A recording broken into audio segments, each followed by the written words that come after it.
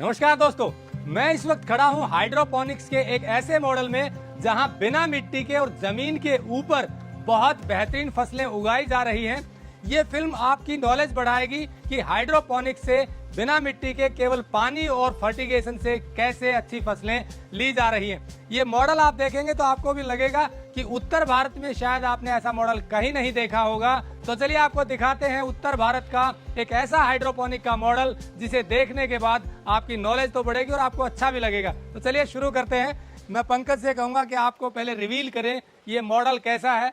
ये देखिए, ये हाइड्रोपोनिक्स का ऐसा मॉडल है जहां जमीन के ऊपर तो कारपेट बिछा हुआ है, लेकिन जमीन के ऊपर आपको फसलें नजर आ रही होंगी। और ये देखिए वर्टिकल रेंज में ये हाइब्रिड मॉडल है हाइड्रोपोनिक्स का, जिसमें सॉइल लेस मीडियम है, केवल कोकोपीट आपको नजर आ रही है। और ये देखिए पीछे तक आपको फुल ग्रीनरी नजर आ रही है, नीचे जमीन आपको नहीं दिख रही है, कारपेट दिख रहा है।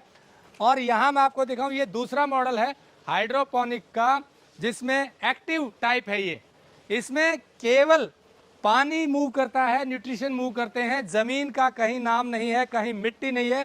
एक बार पैन करके दिखाइए पंकज, पूरा मॉडल आपको पूरी डिटेल टेक्नोलॉजी समझाएंगे राहुल द्रविड़ जी। पूरा आपको कितना खूबसूरत नजर आ रहा होगा, ऊपर जैसे टावर टाइप में लग इधर दिख रहे हैं, ये सीधा आपको ये बेजिल आपको नजर आ रही है और पीछे चेरी टोमेटो लगे हुए हैं। 4 मॉडल है यहाँ हाइड्रोपोनिक के, 4 मॉडल आपने शायद पहले किसी भी वीडियो में ना देखे हों और इतनी डिटेल जानकारी हाइड्रोपोनिक्स की शायद आपको नहीं मिली हो। तो चलिए राहुल द्रविड़ जी से पूछते हैं हाइड्रोपोनिक के कितने प्रकार होते हैं, कैसे उसमें इतनी अच्छी फसलें होती हैं। तो दोस्तों आप हैं राहुल द्रविड़ जी, इसी पूरे सेटअप को लगाने वाले, इन्हें हाइड्रोपोनिक्स की गहरी जानकारी है, एक्सपर्ट हैं। चलिए इन्हीं से जानते हैं हाइड्रोपोनिक्स का जो मॉडल लगा हो उसकी विस्तृत जानकारी क्या है। राहुल जी नमस्कार। नमस्कार सर। ये जो आपने हाइड्रोपोनिक्स का मॉडल लगाया है, इसमें आपने बताया कि 4 टाइप है इसमें, और एक हाइब्रिड है, एक एक्टिव है जो हाइड्रोपोनिक्स का, और एक आपने बताया कि एरो टावर है, एरोपोनिक टेक्नोलॉजी, और बाकी दूसरी वो क्या है लास्ट वाले? वो हमारा ग्रोइंग मीडिया बेस्ड यानी पैसिव हाइड्रोपोनिक उसको बोलते हैं। पैसिव हाइड्रोपोनिक्स है जिसमें मीडियम होता है ग्रोइंग का, बैग का, जो कोकोपीट टाइप का, तो लेकिन मिट्टी नहीं होती है। तो चलिए हम पहले शुरुआत वहीं से करते हैं। ये देखिए दोस्तों, आपको कितनी सुंदर बेजिल नजर आ रही है, और जैसा मैंने बताया नीचे कोई मिट्टी नहीं है, सिर्फ ये पाइप है, और आगे आप देखिए वर्टिकल। तो यहाँ से शुरू कीजिए, ये दिखा दीजिए आप दर्शकों क्या है। ये पानी देखिए आ रहा है, इसमें पानी के साथ पोषक तत्व है अगर आप देख रहे हैं, और इसके नीचे पूरा जड़ों का जाल बन गया है। ज्यादा तो मैं नहीं आपको हटा के दिखा सकता, प्लांट डिस्टर्ब हो जाएगा। ये पूरा का पूरा जो रूट मैट बना हुआ है, ये देखिए, ये मतलब ये जो पाइप है इसमें पानी मूव करता है, इसके ये पानी देखिए चलता हुआ नजर आ रहा होगा आपको, और यहाँ से ये पानी में फर्टिगेशन भी होता है साथ में, सारा पोषक तत्व जो जरूरी पोषक तत्व ऊपर आप देख रहे हैं, नीचे इसको रखेंगे तो समझ आएगा। ये देखिए ये मीडियम ऊपर क्या लगाया हुआ है, ये इसको नेट कप बोलते हैं। हम निकाल नहीं सकते क्योंकि आप देख रहे हैं नीचे पूरा जाल बना हुआ है। ये नेट कप है, इसमें शायद कोकोपीट है थोड़ा सा। अगर आप चाहें तो मैं इसे तोड़ के दिखा। नहीं, तोड़ने की आवश्यकता नहीं है। आप इसमें कोकोपीट है थोड़ा सा, हाँ, जिसमें 2 से 4 ग्राम के आसपास कोकोपीट डाली जाती है ताकि वो एक सपोर्ट दे, उसको सपोर्ट दे। और फिर सिर्फ इसमें पानी और फर्टिगेशन साथ में न्यूट्रिएंट्स चलते हैं, मूव करते रहते हैं, और ये बढ़ता रहता है। ये देखिए बेजिल है, हाँ, ये इसको लाइम बेजिल बोलते हैं। लाइम बेजिल, हाँ जी। ये ऊपर से देखें तो आप देखिए कितनी ये हरी भरी है और कितनी बढ़ गई है। अब आज इसकी हार्वेस्टिंग भी होगी। आप साइड में आप ये जो आपने वर्टिकल में लगाया हुआ है, ये धनिया है, कोरिएंडर है। हाँ जी, कोरिएंडर। ये मीडियम जो आप हाइब्रिड बता रहे हैं, ये और दर्शकों को समझिए क्या है। हम थोड़ा सा आगे चलते हैं जहाँ पर हमें खड़े होने की जगह मिले। तो जैसे कि ये आप अगर पकड़ेंगे, ये वाला जैसे है, तो ये वाला जो सिस्टम है इसमें 10 माले का सेटअप है। ये देखिए, ये पूरा एक पॉट है, यहाँ तक इसमें पूरा लगा हुआ है। इसके बाद ये देखिए यहाँ पर एक पॉट है, फिर इसके बाद इस तरीके से 10 माले का सिस्टम है, और इसमें पूरा ग्रोइंग मीडिया भरा हुआ है। और इसमें ग्रोइंग मीडिया में कोकोपीट है। और क्या डालते हैं कोकोपीट में? कोकोपीट है, परलाइट है और वर्मीकोलाइट है। वर्मीकोलाइट और परलाइट, पैरालाइट, हाँ जी, और कोकोपीट। खास करके कोकोपीट चलती है, ये नॉर्मल वाली कोकोपीट नहीं है, हाई ग्रेनुअल फॉर्म की कोकोपीट है, लो ईसी की। हाई ग्रेनुअल फॉर्म लो ईसी की कोकोपीट आप इसमें डालते हैं। हाँ जी। और फिर पानी इसमें मूव करता रहता है। पानी इसमें क्या होता है कि इरिगेशन सिस्टम इसमें अंदर पूरा इनबिल्ट है, जो कि एक तरफ से पानी आता है, एक्स्ट्रा वाटर ड्रेन हो जाके फिर से ये न्यूट्रिएंट टैंक में चला जाता है। जो हाइड्रोपोनिक टेक्नोलॉजी है उसका बेसिक कॉन्सेप्ट क्या है, वो दर्शकों को बताइए। सबसे बड़ी चीज़ क्या है कि वाटर क्राइसिस और लैंड की डिफिशिएंसी। जमीन कम रहती है और पानी की भी कमी है, खासकर राजस्थान और हरियाणा का भी काफ़ी क्षेत्र है, महाराष्ट्र और कई जगह ऐसी हैं, उत्तर प्रदेश में भी बुंदेलखंड जैसी, जहाँ पर पानी बिल्कुल ही कम है। और उस जगह पर अगर आप ग्रो करना चाहते हैं तो ये सबसे अच्छी टेक्नोलॉजी है। दूसरी बात क्या है कि अगर आप महानगर में हैं तो आपके पास होगी केवल छत, और भी छोटा सा टुकड़ा होगा, 1000 स्क्वायर फीट का होगा, 2000 स्क्वायर फीट का होगा। और उस समय अगर आप ग्रो करना चाहेंगे तो फिर आप समझ लीजिए कि आपको दिक्कत आने वाली है। वहाँ पर आपके पास छोटी सी बैल्कनी है, वहाँ से आप स्टार्ट कर सकते हैं और इसको आप कमर्शियली भी ले जा सकते हैं। तो आपने बताया कि कम जगह है, मिट्टी जहाँ नहीं है, जमीन थोड़ी है या बैरन लैंड है या आपकी छत है, ऐसा स्पेस है, वहाँ पर ये काम करती है। हाँ जी। लेकिन मेरा सवाल ये है कि जैसे आम दर्शक अगर समझना चाहे, हाइड्रोपोनिक्स जो है उसमें टेक्नोलॉजी ये है कि पानी मूव करेगा, हाँ जी। एक मीडियम होगा जैसे कि यहाँ पर है, उसमें कोकोपीट होगी और उसमें आप फिर अपना पौधा लगा देंगे और वो हाँ, पौधा। बढ़ता रहेगा। जी। ये तो हो गया हाइब्रिड का। हाँ जी। तो दोस्तों जैसे राहुल जी ने बताया कि हाइड्रोपोनिक में न जमीन की जरूरत है, हाँ जमीन इतनी चाहिए कि रखने के लिए जमीन चाहिए, लेकिन मिट्टी की भी जरूरत नहीं है। ये जो आप सिस्टम देख रहे हैं इसमें मीडियम कोकोपीट है और ऊपर से पानी इसमें आता है और उसी में न्यूट्रिएंट मिलते रहते हैं और ये बढ़ता रहता है। कम जगह में देखिए कितनी ज्यादा पैदावार है। ये हो गया इनका हाइब्रिड मॉडल। हाँ जी। अब इस हाइब्रिड मॉडल में पीछे आपको और दिखाते क्या क्या लगा हुआ है। ये देखिए कितनी ग्रीनरी है, यहाँ पर ऐसा लगा कि आप जंगल में आ गए हैं, लेकिन थोड़ी सी जगह में और बहुत ज़्यादा पैदावार। लीफी वेजिटेबल्स या सैलेड के लिए जो चीज़ें प्रयोग होती हैं वो यहाँ उगाई जा रही है। पीछे आपको दिखा दें, ये इसके बारे में बताइए राहुल जी। ये हमारा एक सैलेड की वैरायटी है जिसको लोलोरोजो बोला जाता है। असल में सबसे ज़्यादा बेस्ट एडॉप्टेड टेक्निक है ये। ये मार्केट में काफ़ी ज़्यादा कलर्ड लेटस जो होता है, यानी सलाद पत्ता कलर्ड में कम ही हो पाता है। अगर टेम्परेचर आपने मेंटेन नहीं किया तो कलर भी नहीं आएगी। तो और दूसरी बात क्या है कि असल में कई जगह ऐसी हैं जहाँ पर पानी की इतनी ज़्यादा कमी होती है और बिजली की भी कमी होती है कि बार बार वो पानी नहीं चला सकते। ये सिस्टम ऐसा है कि अगर 24 घंटे में एक बार भी पानी पाता है तो सफिशियंट है। वैसे 2 बार चलेगा, अगर 24 घंटे में 2 मिनट के लिए भी इसको पानी मिल गया तो प्लांट जो है बढ़िया प्रॉपर तरीके से ग्रो होता है। पीछे एक और प्लांट देख रहे हैं हम, ये जो है ये, हाँ, ये असल में आपका जो ये दिख रहा है इसको रोमेन लेटस बोला जाता है और ये मार्केट में सबसे महंगा बिकता है। ये ग्रीन होने के बावजूद क्योंकि हाईली न्यूट्रिशियस होता है। मार्केट में 2 चीज़ें लेटस में देखी जाती हैं, एक तो कलर पैटर्न देखा जाता है, कलर्ड होता है तो अच्छा रेट मिलता है, या फिर हाईली न्यूट्रिशियस होता है। तो रोमेन लेटस काफ़ी ज़्यादा न्यूट्रिशियस होता है, इस वजह से इसका रेट ज़्यादा रहता है। नीचे जो आप देख रहे हैं ये बटर हेड बोलते हैं, और बटर हेड इसलिए बोलते हैं क्योंकि अगर मैं इसको निकाल के दिखाऊँ एक प्लांट को तो ये देखिए इसकी प्रॉपर बढ़िया सी रूट्स डेवलप हो गई हैं। अगर मैं इसको हटा के दिखाऊँ, ये देखिए बढ़िया वाइट से रूट्स हैं और इसका हेड जो है वो फार्म हो चुका है, इसीलिए इसको बोला जाता है बटर हेड। और इसका जो टेस्ट होता है थोड़ा सा जो खाएंगे तो मुंह में बटर जैसा घुल जाता है, इसलिए इसको बटर हेड बोला जाता है। शायद वजह यही रही होगी इसका नाम। ये ओपन में करना कठिन है, इस कंट्रोल टेम्परेचर में करना आसान है। हाँ, ओपन में ये नहीं हो सकता। ओपन में केवल आप जनवरी और दिसंबर में कर सकते हैं जब टेम्परेचर अच्छा हो और इस पर बहुत ज़्यादा ओस वगैरह ना पड़े, तब हो सकता है। अदरवाइज फिर अगर वैसे करना है पूरे साल भर में लेना है तो फिर ये हाइड्रोपोनिक से और कंट्रोल जो टेम्परेचर है उसमें होगा। अब ये तो हो गया ये तो हो गया हाइब्रिड मॉडल। अब दूसरा सेटअप जो है जो आपने बताया था जिसमें एक्टिव मॉडल है, जो एक्टिव टाइप है, वो देखते हैं। आइए दर्शकों, अब आपको दिखाते हैं हाइड्रोपोनिक का जो एक्टिव टाइप है। मतलब ये कि इसमें सीधे फसलें लगाई जाती हैं और इसमें मीडियम के रूप में थोड़ा सा सिर्फ कोकोपीट डाला हुआ है, बाकी पानी मूव करता रहता है। ये वाला हमने एक बार पहले जिक्र किया है, ये हमारा NFT है। इसको न्यूट्रिएंट फिल्म टेक्निक बोला जाता है। इसमें पानी की बहुत पतली सी धारा बहती रहती है। अच्छा, ये NFT टेक्नोलॉजी NFT है, ये एक्टिव जो एक्टिव हाइड्रोपोनिक की कैटेगरी है। हाँ जी, NFT न्यूट्रिएंट फिल्म टेक्निक। इसमें मतलब ये है कि न्यूट्रिएंट नीचे पानी में मूव करते रहेंगे और ऊपर जो है पौधा ग्रो करता रहेगा। शायद ये आपने देखा हो कि देखिए जमीन नीचे है, जमीन से करीब 3 फुट ऊपर है ये, और यहाँ पर आपको लोहे की पाइप नज़र आ रही हैं और इसी पाइप में कुछ ऐसे छिद्र किए हैं और उसमें छोटा सा कप डालते हैं और उसमें डालते हैं थोड़ा सा कोकोपीट और फिर पौधा उसमें लगा देते हैं। ये देखिए ग्रो होता रहता है। ये आपको ये दिखा रहे हैं, ये देखिए ये इस तरह का कप है, ये कप है, इसमें कोकोपीट डला हुआ है और इस कप को अगर हम निकालें तो ये देखिए ये कप है। इस कप में पानी आपको नीचे देखिए पानी बह रहा है और इसकी जड़ें जो हैं वो पानी से न्यूट्रिएंट्स लेती रहती हैं, उसी में न्यूट्रिएंट होते हैं और बढ़ता रहता है। तो ये हो गई हाइड्रोपोनिक की एक्टिव टाइप की NFT टेक्नोलॉजी। अब चलते हैं एरोपोनिक्स, अब चलते हैं एरोपोनिक में, जहाँ एरो टावर लगाए गए हैं। ये देखिए आपको ऐसा मॉडल शायद ही कहीं देखने को मिला हो। ये हमारे कुछ प्लांट हैं यहाँ पर जो कि ये ग्रैंड रैपिड लेटस इसको बोलते हैं। ये मार्केट में सबसे ज़्यादा इसकी डिमांड रहती है। तो Grand Rapid best selling lettuce होता है और ये ऊपर तक पूरा लगा हुआ है।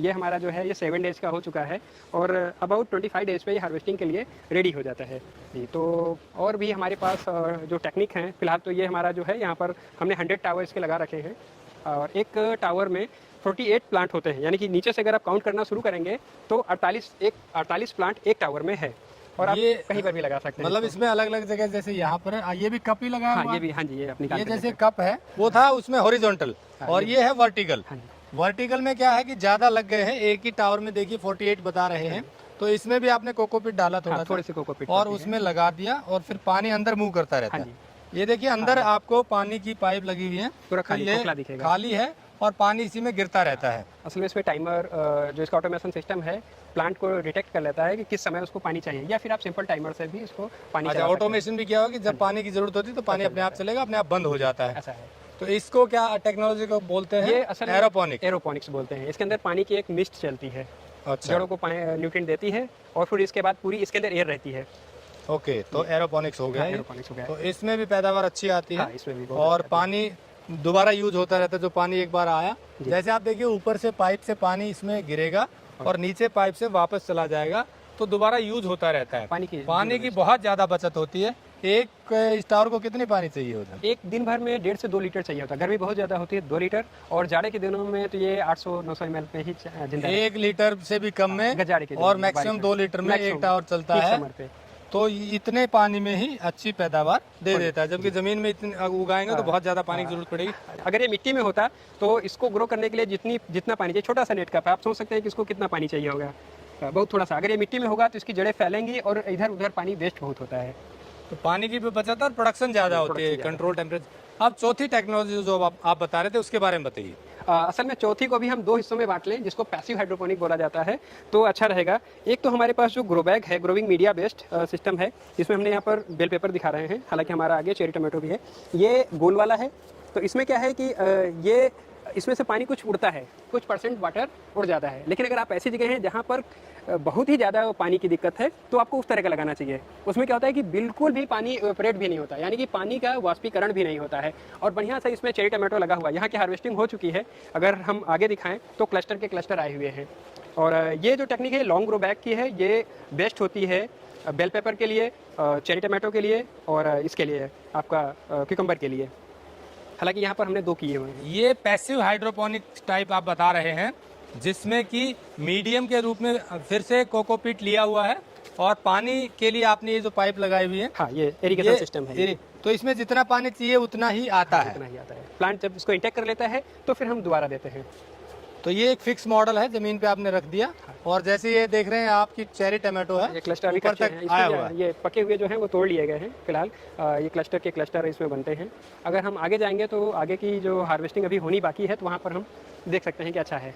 हाँ, नहीं आगे देखिए, हाँ, आगे जो टमाटो पके हुए हैं वो देख सकते हैं। हाँ, आगे। और ये टैंगी टोमेटो बोलते हैं। ये मार्केट में काफ़ी ज़्यादा रेट पे बिकने वाला है। जैसे ये देखिए, ये क्लस्टर है हमारा, इसके में भी हार्वेस्ट हो चुके हैं, लेकिन अभी जो है ये पक रहे हैं। ये ऑलमोस्ट हार्वेस्टिंग पे हो चुका है। तो इस तरीके के एक में जो होते हैं तकरीबन, अगर आप काउंट कीजिए, 1 2 3 4 5 6 7 8 9 10 है। लेकिन जब ये फुल अगर हम इसको रोक लें तकरीबन 30 के आसपास रहते हैं इस पे। एक ही उस पे डाली पे 30 टमाटो। हाँ, लेकिन अगर आप नहीं तोड़ेंगे तो फिर जो ज़्यादा पक जाएगा उसे हार्वेस्ट तो करना ही रहेगा। तो अब बात करते हैं ये जो आपने बताई, अब इस टेक्नोलॉजी के बेसिक की बात करते हैं। जैसे पूरा सेटअप है का, मैं देख रहा हूँ पॉली हाउस भी कुछ इसी तरह का रहता है। हाँ जी। तो पॉली हाउस में और इसमें क्या फ़र्क है और क्या क्या चीज़ें चाहिए होती हैं सेटअप में, वो बताइए। असल में ये पॉली हाउस ही है, अदर देन ये कुछ नहीं है। लेकिन ये क्लाइमेट कंट्रोल्ड पॉली हाउस है। क्या है कि हम जो विंटर की फसलें हैं, जाड़े की फसलें हैं, जिनको बहुत ठंड चाहिए होती है, उनको हम अभी समर में कर रहे हैं। बहुत ही ज़्यादा उसको ठंड चाहिए होती है, तो उसके लिए हम एक तरफ कूलिंग पैड लगाते हैं और दूसरी तरफ एग्जॉस्ट फैन लगाते हैं। इसके बीच में फॉगरिंग सिस्टम होता है, स्प्रिंकलर लगे होते हैं, ह्यूमिडिटी ब्रेकर के लिए ड्रम फैन या सर्कुलेटिंग फैन लगाते हैं, जो कि एक तरफ की ठंडी हवा लाते हैं और बीच की जो गर्म हवा होती है उसको ठंडा करते हैं और फिर निकाल दी जाती है। इस पैटर्न पर ये काम करता है। इसमें एक और होता है नेचुरल वेंटिलेटेड और फोर्स्ड वेंटिलेटेड। थोड़ा सा टेक्निकल हो गया होगा, ये हमारा फोर्स्ड वेंटिलेटेड कहलाता है। नेचुरल वेंटिलेटर में क्या होता है? नेचुरल वेंटिलेटर जो होते हैं उसमें कूलिंग पैड नहीं लगा होता है, उसमें एग्जॉस्ट फैन नहीं लगा होता है, सामान्य गर्म हवा आती है और फॉगर से ही केवल ठंडी होती है और दूसरी तरफ अपने आप निकलती है। ये जो हमारा प्लांट है ये बेल पेपर है, खास तरह का एक बेल पेपर है, लेकिन अगर आप नेचुरल वेंटिलेटेड पॉली हाउस में करना चाहते हैं तो उसकी कुछ वैरायटीज आती हैं जो वहाँ पर भी हो सकते हैं, उसमें कूलिंग पैड और एग्जॉस्ट फैन की ज़रूरत नहीं पड़ेगी जी। तो ये आपने बताया कि ये जो आपका सेटअप है इसमें ये पॉली हाउस बनाया पहले, फिर इसको टेम्परेचर को मेंटेन करने के लिए आपने कूलिंग पैड लगाया, एग्जॉस्ट लगाया, फोगर लगे हुए हैं, हाँ जी, और इसको ह्यूमिडिटी ब्रेकर भी लगे हुए हाँ हैं, जी। और फिर ये सेटअप लगाया कि पानी इसमें निरंतर आए और वापस स्टोर हो, सर्कुलेट होता रहे।